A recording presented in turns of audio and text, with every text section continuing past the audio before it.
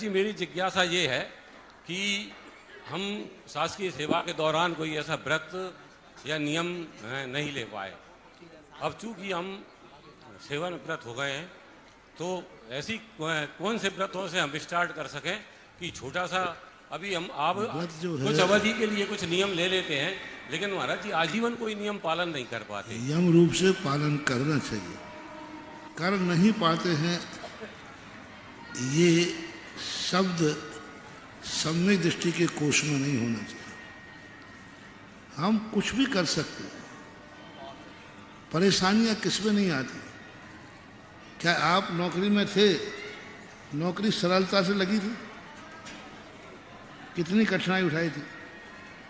राजेश बाबू से पूछो, कमिश्नर तक कितनी मेहनत से पहुंचे होंगे। दिन रात कितना, बरसों बरसों तक दिन रात कितनी मेहनत करके। जब एक संसार में 30-35 साल के सुख के लिए 16 साल मेहनत करता है, तो ये तो अनादि अनंत काल के लिए सुख के लिए कितने साल मेहनत करना पड़ेगी ये देख लीजिए।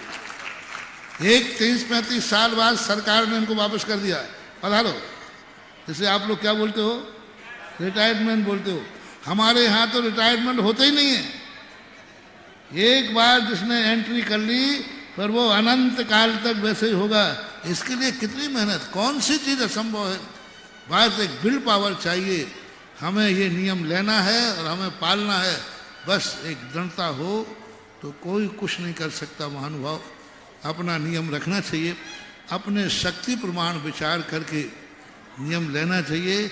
हम लोग तो जो बात करते हैं वृत्ति की करते हैं, कम से कम 12 व्रत अंगीकार करें, अन्यथा अपने 5 अणुव्रत, सप्त व्यसन का त्याग करके और षड आवश्यक, ये 3 चीज़ें जैन श्रावक को नियम से होना चाहिए।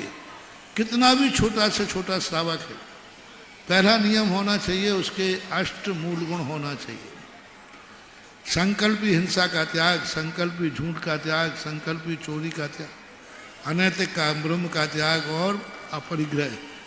दूसरे का जो परिग्रह आदि जो है उसको अनैतिक चोरी चपाटी से ग्रहण करना।